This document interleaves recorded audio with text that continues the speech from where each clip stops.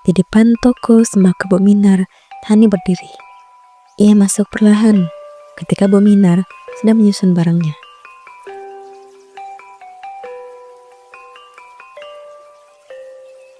Assalamualaikum Bu, maaf ganggu. Saya Hani yang kemarin chat soal ngejaga toko. Hari ini saya mengelamar Bu, kalau masih ada kesempatan. Waalaikumsalam. Oh, kamu ya? Ya ingat kok. Kayak saya bilang dari awal ya, saya ini udah kapok sama karyawan-karyawan sebelumnya. Insya Allah kalau saya beda kok Bu. Saya kan benar-benar butuh kerja ini, dan saya juga jujur. Sama juga ngomongnya gitu, manis dulu di awal. Ujung-ujungnya bikin kepala saya cenut. Kalau ibu ragu, nanti bisa kok lihat kerja saya pelan-pelan. Saya nggak nuntut apa-apa, asal dikasih kesempatan. Kamu pernah jaga toko sebelumnya belum nih? Pernah Bu, dulu bantuin orang kakak pernah. Jadi lumayan ngerti lah, ngitung harga sama catat barang yang keluar. Ya kirain cuma kirain aja cuma angkat dalam doang kan? Coba tahu. Enggak dong Bu, saya beneran pegang kasirnya. Kalau saya bingung juga saya nanya kok, gak ada gengsi. Sebenarnya saya ada trauma. Kemarin ada karyawan pinter ngomong, ternyata dengan kasih bon kosong tetangga. Waduh, kalau saya mah gak berani kok Bu. Saya takut dosa juga, takut malu. Oke lah kalau gitu, kamu siap kerjanya kapan? Kapan aja Bu, sekarang pun boleh. Oh, ya udahlah, sekarang aja kamu mulai. Terus Bu, alhamdulillah, makasih ya Bu. Tapi denger ya, jangan bikin saya nyesel. Saya mau keluar dulu nih sampai sore nih. Kamu jagain toko, catat semua yang beli. Siap Bu. Nah sebelum main HP ya, kalau ada apa-apa telepon. Jangan diemin aja toko yang berantakan. Baik Bu. Nah ini rak-raknya, gula di sini, minyak di sebelahnya. Kalau telur di belakang, kalau rokok di meja. Biar orang yang sendiri ya. Oke Bu. Terus satu lagi, kalau ada yang mau utang, bilang gak boleh. Saya gak mau kamu gampang luluh. Cuma gara-gara orang merengek. Tapi kalau ada yang maksa gimana? Telepon saya aja, atau bilang aja aturan toko. Udah gitu aja. Baik Bu. Ingat ya, kalau kamu salah-salah, saya gak ragu ngomel. Saya berangkat dulu sekarang. Jaga baik-baik ya. Siap Bu. Minar keluar. Hani berdiri di balik meja kasir dengan wajah tenangnya di balik cadar. Toko mulai terasa sunyi setelah Bu Minar pergi. Hani memandang sekitar. Tak lama kemudian, seorang bapak masuk. Loh, kok beda lagi yang jaga? Kemarin baru saya lihat orang lain, sekarang kamu. Oh iya Pak, saya baru mulai hari ini. Nama saya Hani, mau bantu Bu Minar jaga toko. Oh alah gitu toh. Saya kira saya salah toko. Soalnya kamu pakai cadar. Iya Pak, ada masalah ya?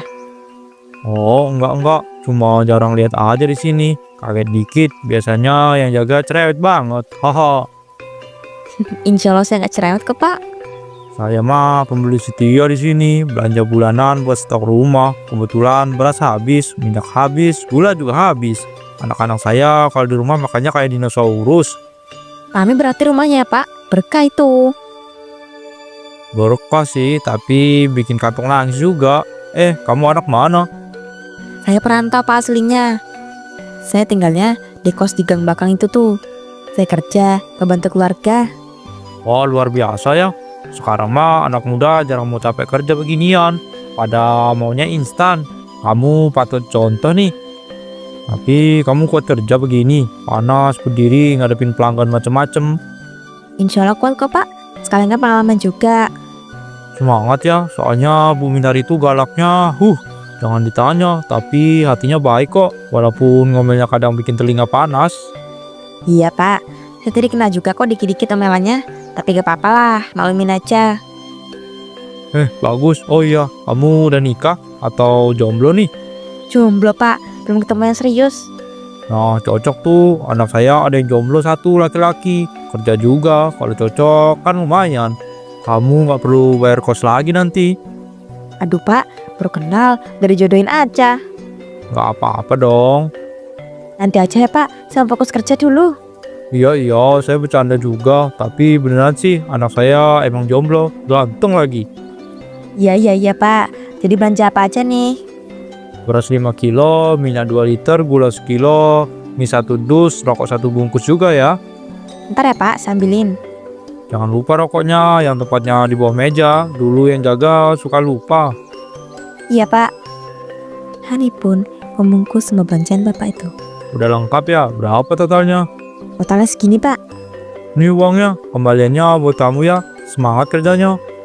Masya Allah, makasih ya Pak. Semoga lancar rezekinya. Amin. Dah ya, semoga betah kerja di sini. Iya Pak. Bapak itu pergi. Hani pun menatap rak-rak penuh barang. Lalu mulai berjalan merapikan bungkus mie miring, plastik-plastik kecil, dan lain-lain. Tiba-tiba, matanya terpaku pada barang berukuran kecil yang tersusun rapi pojok rak. Sebuah botol parfum murah dengan kemasan bening. Hani menoleh kanan kiri dan tangannya cepat terulur mengambil botol itu. Berguna nih. Dalam satu gerakan, ia menyelipkan botol itu, lalu kembali ke meja kasir, seolah tak terjadi apa-apa.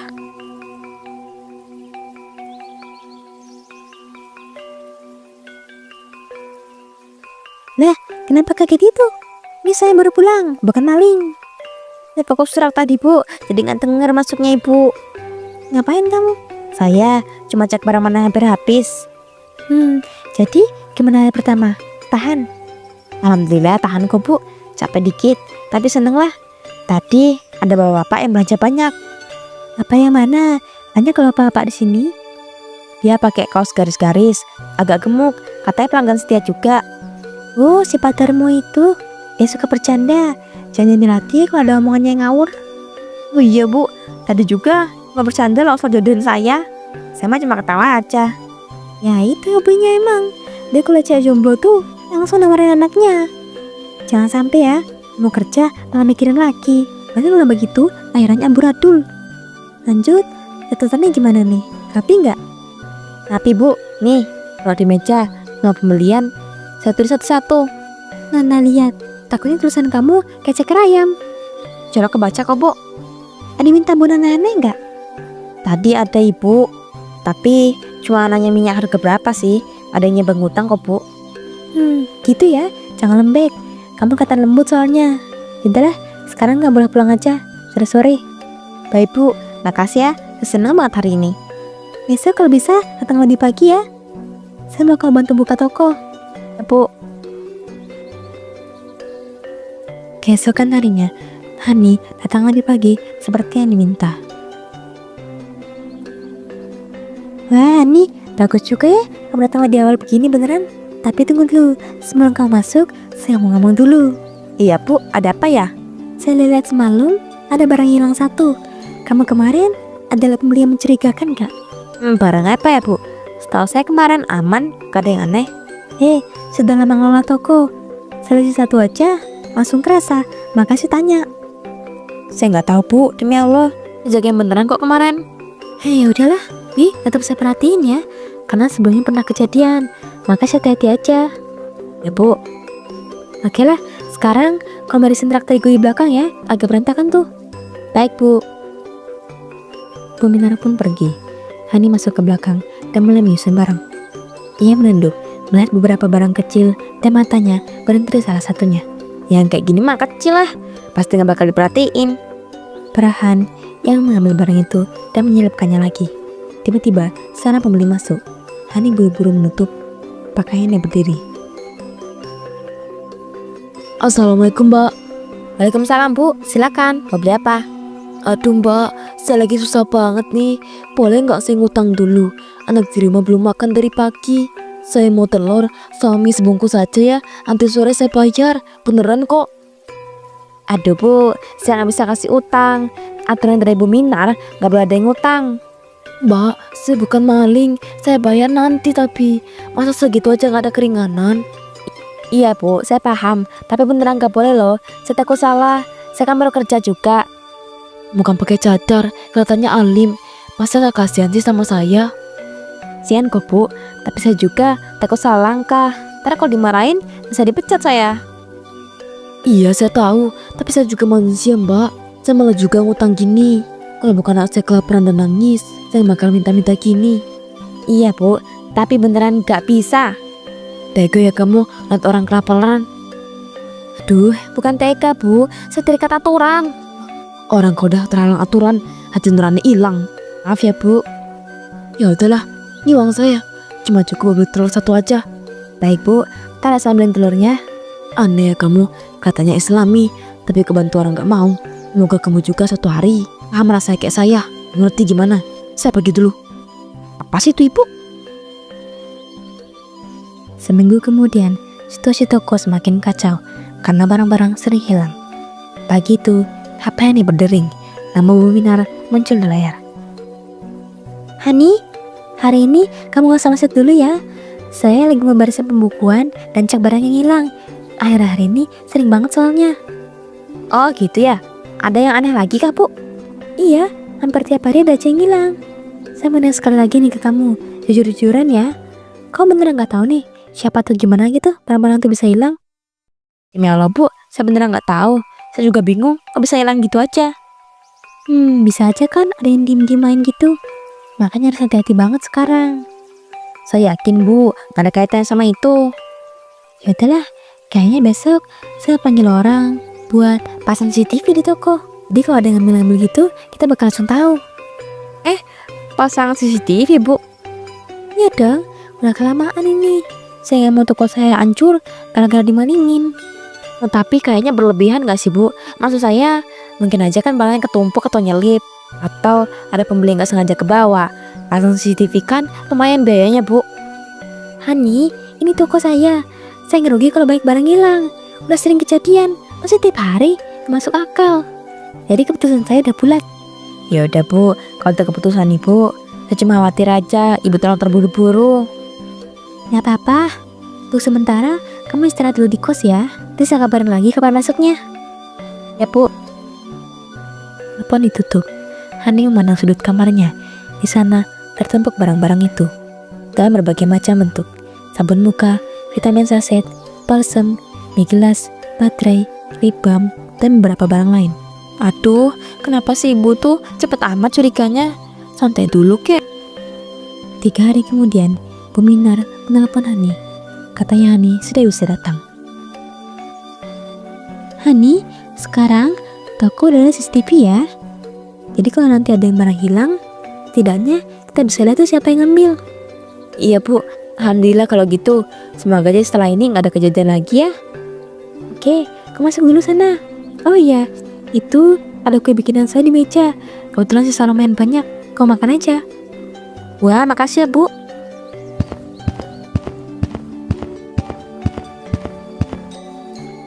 Kok rasanya aneh sih? Hambar banget, gak ada manis-manisnya. Apa ibu lupa gula ya? Itu CCTV. Bisa ketahuan aku.